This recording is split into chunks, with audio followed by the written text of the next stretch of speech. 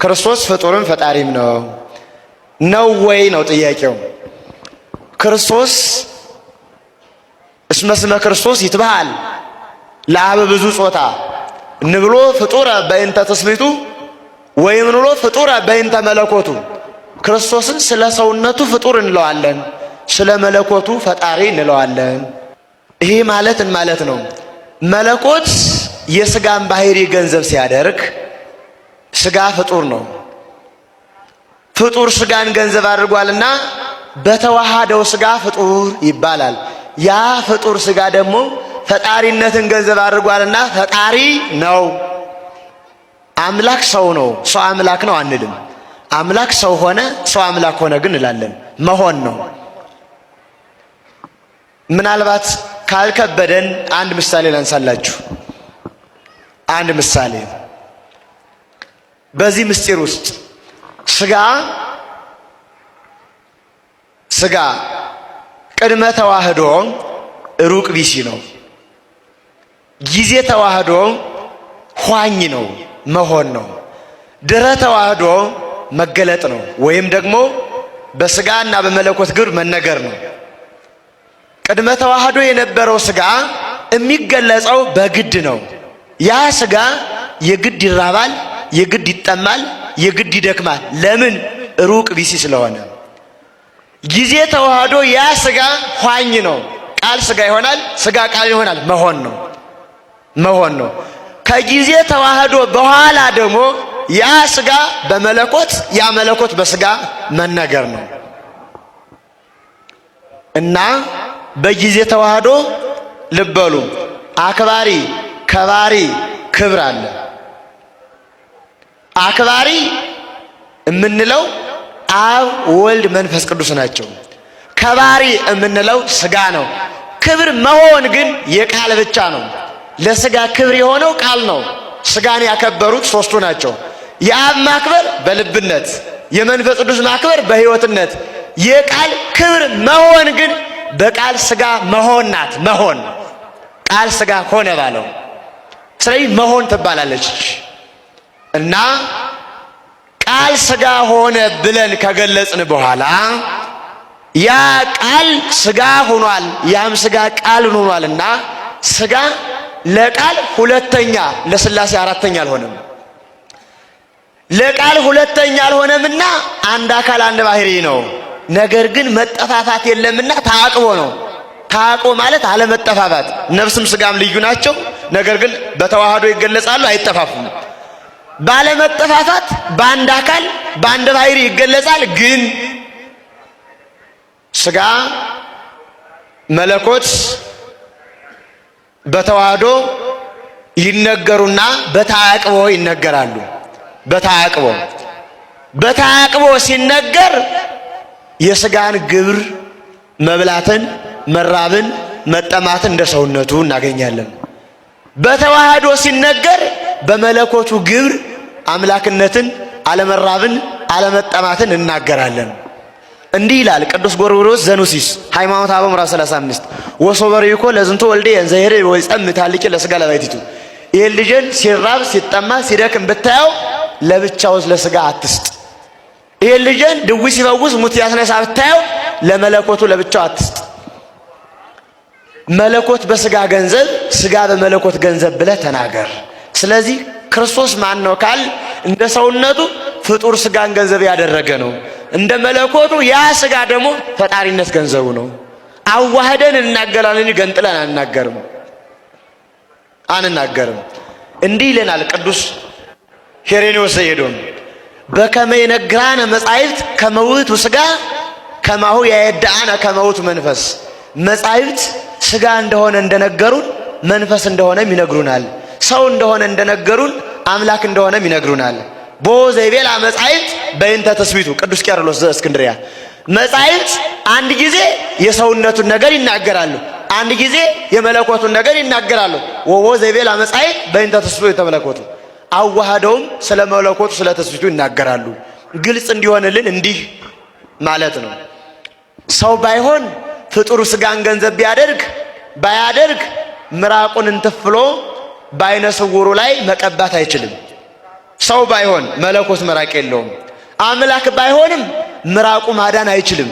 ስለዚህ ያ ምራቅ የመለኮትም የትስብእትም ነው። ግልጽ ነው ሐሳቤ? ሰው ባይሆን ወደ ቃና ዘገሊላ መጠራት አይችልም። አምላክ ባይሆን ደግሞ ውሃውን የወይን ጠጅ ማድረግ አይችልም። ሰው ባይሆን በዮርዳኖስ መጠመቅ አይችልም።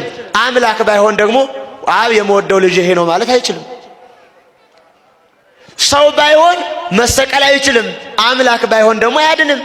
ሰው ባይሆን የሕይወት እንጀራ ነኝ አይልም። አምላክ ባይሆን ደግሞ አይመገብም፣ ሕይወት አይሆንም። የሚበላ እንደ ሰውነቱ፣ አዳኝነት እንደ መለኮቱ ነው። አንዱ አካል አንዱ ባህሪ ነው። ስለዚህ በገንዘብ ባደረገው ትስብእት ፍጡር ባህሪን ገንዘብ አድርጓል። በተዋሃደው ቃል ያ ሥጋ በመለኮት ግብር ይገለጻል። እንዛሃሉ ሰጽነሙ ያንሶሱ በክነፈ ነፋስ ወይሰግሎቱ መላእክት።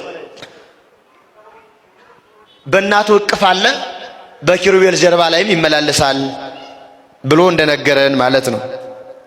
ሰይጣን የሚያስለቅቅ ጸበል የትኛው ነው? የዮሐንስ መጥምቅ ይሻላል። አቡነ ተክለ ሃይማኖት ጥሩ ናቸው አሉ። የሚካኤል ነው ጥሩ። እንትን ካልሄድኩ ሰይጣን አይወጣም፣ እንትን ካልሄድኩ እንትን ሰይጣን አይወጣም እያላችሁ እንደዚህ አትበሉ። ዲያብሎስን ዓለምን የሚያሸንፈው እምነታችንና ከክርስቶስ ጋር መኖራችን ነው። ማንም ሊጫወትባቸው አይገባም። ይሄ ጠንቋዩ ሁላ እየመጣ እየሮጠ በእውነቱ ሰይጣን ማን ትባላለህ? ሰይፉ ጨንገር የትና ያስካት ትምህርት ቤት ምንድነው? እንዲህ ያለ ነገር ነውር አይደለም እንዴ? ማነው የደገመባት? ያክስቷ ልጅ እንዴ? ይሄ ነውር አይደለም? አሁን አጋንንት በሚለፈልፉበት ስንት ሰው ተጣልቷል፣ በሞት እየተፈላለገ ነው ያለ። እገሌ ደግሞ ቢኖ ሀብት ያሳካልኛል፣ እገሌ ደግሞ ቢኖ ትምህርት ሳይሳካ ይቀር እየተባለ። እግዚአብሔር እኮ የፍቅር አምላክ ነው። አጋንንትን ሲያወጣ ዝም ብሎ ያወጣቸዋል። የእግዚአብሔር ታምር ሌላ ችግር ፈጥሮ አይሄድም። ትክክል አይደለም። አጋንንትን የምንዋጋው ከእግዚአብሔር ጋር በመሆን ነው። የትኛውም ቤተክርስቲያን ውስጥ አጋንንት ይሸነፋል። ሚካኤል ከሆነ ደብራችሁ ሚካኤል ጋር ህብረት፣ እዚያው ሁኑ፣ እዚያው ክርስቶስ አለ። ገብርኤል ከሆነ እዚያው ህብረታችሁ ውስጥ አትነጠሉ። ተመስገን። ይሄው 5 ዓመቴ ነው፣ መቁጠሪያ ቆጥራለሁ፣ አብይ ጾም ጾማለሁ። ሰይጣንን እየቀጠቀጥኩት ነው። እሱ ነው እየቀጠቀጠ ያለ ጌታ። እንደዚህ ማለት በራሱ መቀጥቀጥ እኮ ነው። እውነቴን እኮ ነው። ሰይጣንን ተመስገን ነው እየቀጠቀጥኩት ነው አይባልም። ሰይጣንን የሚቀልድብን በምንድን ነው ካላችሁ፣ በፈቃዳችን። አሁንም ቢሆን በዚህ ዘመን የተሳሳቱ ስብከቶች አሉ። ሰይጣን ማንኛውም ሰው ላይ አለ የሚል ስብከት የለም። ሰይጣን ማንኛውም ሰው እየገዛው ነው፣ አይገዛውም። ሰይጣንን ለማሸነፍ እያላችሁ አትጸልዩ። ሰይጣንን እያሰብክ የምትጸልይ ከሆነ አታሸንፈውም፣ በጉልበት አትሸንፈውም። አንተ ጥይት ብትተኩስ እሱ ኒውክሊየር ይተኩሳል ይላል። የ7000 ዓመት የውጊያ ልምድ ያለው ጀግና ነው እሱ። አይሆንልህም። ሰይጣንን በጉልበት አሸንፉ። በቀን 400 ሰግዳለሁ ሰይጣንን እቀጠቅጠዋለሁ ይላል አንዳንዱ። 4 ሚሊዮን አድርገው አትቀጠቅጠው። በስግደታችን ብዛት፣ በጸሎታችን ብዛት እናሸንፋለን ማለት ትዕቢት ነው። የሚያሸንፈው ማን ነው? እግዚአብሔር ነው የሚያሸንፈው። ያለ እግዚአብሔር ፈቃድ ባለስልጣን አይሾምም ይላል። በደንብ ስሙ። ያለ እግዚአብሔር ፈቃድ ምን አይሾምም? እና እንግዲህ ሁሉም ባለስልጣን እግዚአብሔር እየፈለገ ነው የሾመው። እንደው የዛሬዎችን መገምገም ከፈራችሁ የድሮዎችን ገምግሙ፣ ችግር የለም። እውነቴን እኮ ነው ማለት ነው። ቢያንስ የድሮዎቹ መጥተው ምንም አያረጉንም ማለት ነው። ስለዚህ የድሮዎቹን መገምገም ትችላላችሁ። እና እንደው ሁሉንም እግዚአብሔር እየወደደ የተሾሙ ናቸው። እግዚአብሔር ረድኤቱን ከኛ ላይ ሲያነሳ አራዊት የሆኑ ሰዎች በስልጣን ሊሆን ይችላሉ፣ በጭካኔ ሊሆን ይችላሉ፣ መተው እንዲሰለጥኑ ያደርጋቸዋል ማለት ነው። በሰው ላይ እንዲሆኑ ያደርጋቸዋል። ክፉ ነገርን ማን ነው ያመጣው ካላችሁን፣ እኛ ነን ክፉ ነገርን የምናመጣው። እግዚአብሔር ክፉ ነገርን አመጣለሁ ማለት ክፉ ነገር ሲመጣ ዝም እላለሁ፣ አሰናብተዋለሁ ማለት ነው። ፈርዖን በእስራኤል ላይ እንዲሰለጥን ዝም እለዋለሁ ነው፣ አሰለጥነዋል። ለምንድን ነው እግዚአብሔር ክፉ ነገር እንዲመጣብን የሚፈቅድ? አይወደንም፣ ይወደናል። አይፈልገንም፣ ይፈልገናል። አያዝንልንም፣ ያዝንልናል። እና ግንሳ ምን ሆነ? እንዲጠብቀን የሚያደርገውን ነገር ሁሉ ቆርጠነዋል። ከሱ ጋር መዋል አንፈልግም። እሱን በጸሎት ማነጋገር አንፈልግም። ሕጉን መፈጸም አንፈልግም። በቤቱ መኖር አንፈልግም። መታረቅ አንፈልግም። መስማማት አንፈልግም። በምን መልኩ ይጠብቀን? አብሮን ቢኖር ክፉ አይደርስብንም። አብሮን እንዳይኖር ደግሞ ቤታችን ቆልፈናል። በየት ይግባ ክርስቶስ እኛ ጋር ለመግባት? ስለዚህ እንዳይጠብቀን ስናደርግ ክፉ ነገሮች ወደኛ ይመጣሉ። ያለ ፈቃደ እግዚአብሔር ባለስልጣናት አይሾሙም ማለት ክፉ ሰዎች ሲሾሙ ምን ይላቸዋል ነው? ዝም ይላቸዋል ነው፣ ይተዋቸዋል ነው እንጂ ሰዎቹን ናማ እናት የተሾምና ሰውን ጨርስልኝ አይላቸው። እግዚአብሔር እንደዚህ ብሎ ይሾማል ማለት አይደለም። እንደዚያ ሳይሆን የሚያደርገው እግዚአብሔር ክፉዎች ሲሾሙ ዝም ይላል። ለምንድን ነው ዝም የሚለው? እግዚአብሔር ነው ክፉ ነገር ሲመጣ። ስለዚህ ክፋትን እፈጥራለሁ ማለቱ ክፉ ሲመጣ ዝም እላለሁ ነው። ወይም ምን ማለት መሰላችሁ? የእግዚአብሔር እጅ አጥር ነው፣ ጠባቂ ነው፣ ረድኤት ነው። የእግዚአብሔር እጅ በእግዚአብሔር ለመጠበቅ ያልተገባን ሆነን ስንገኝ እግዚአብሔር አጥሩን ያነሳዋል። ያልተገባን ሆነን ስንገኝ አትጠብቀኝ ስንል ማለት ነው። አሁን በኮቪድ ጊዜ ሰው እግዚኦ ማረነ ክርስቶስ እግዚኦ እንደዚያን ጊዜ እኮ ታምር እኮ ነው፣ ታምር ነው። እኔ እንደውም ይገርማቸዋል አጠቃላይ እኔ የዛን ጊዜ አንድ ጊዜ በኮቪዱ ጊዜ አንድ ወረዳ ገጠር ወረዳ ላይ ሄጄ ነበርና መነኮሳት ጓደኞች አሉኝ አባቶች፣ የወረዳው ካቢኔ በሙሉ ንስሐ ገባ ከነሱ። እንደው ሁሉ ጊዜ ኮቪድ በሆነ አልኩኝ እኔ እንደው ካቢኔ ሁሉ ንስሐ እንዲገባ እንደው ኮቪድ ትንሽ ቆየት ባለ ያስብላል በእውነቱ ማለት ነው። ሰይጣንን እንዲፈትነን ለምን ይፈቅድለታል በሚል ርዕስ ነው የምንማማረው። እስኪ በሉ እግዚአብሔር በሉ ሰይጣንን እንዲፈትነን ለምን ይፈቅድለታል? ድገሙ እስቲ እግዚአብሔር በሉ ሰይጣንን እንዲፈትነን ለምን ይፈቅድለታል? ሶስተኛ በሉ እግዚአብሔር ሰይጣንን እንዲፈትነን ለምን ይፈቅድለታል ነው።